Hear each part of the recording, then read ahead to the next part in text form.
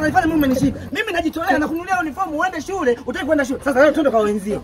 Twende kwa wananchi, twende kwa wananchi. Twende kwa wananchi, twende kwa wananchi. Kamanda. Habari sasa kamanda.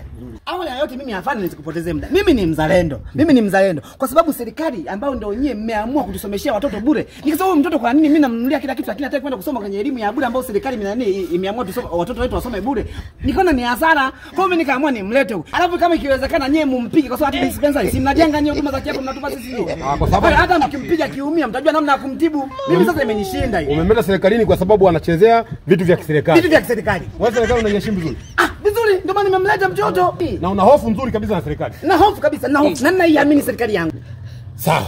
Mimi nafikiri kwa sababu umemleta huyu na una hofu nzuri na serikali. Mimi nataka nikuulize wewe sasa. Hii nguo umetoa wapi? Nguoje tena jamani? Hii nguo umeitoa wapi?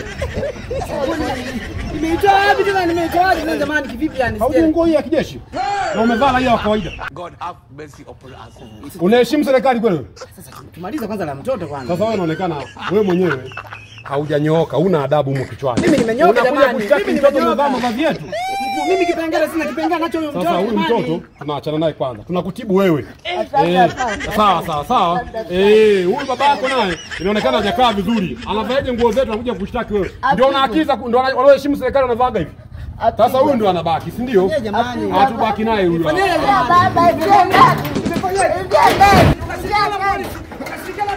Afanye mnatokea kamba.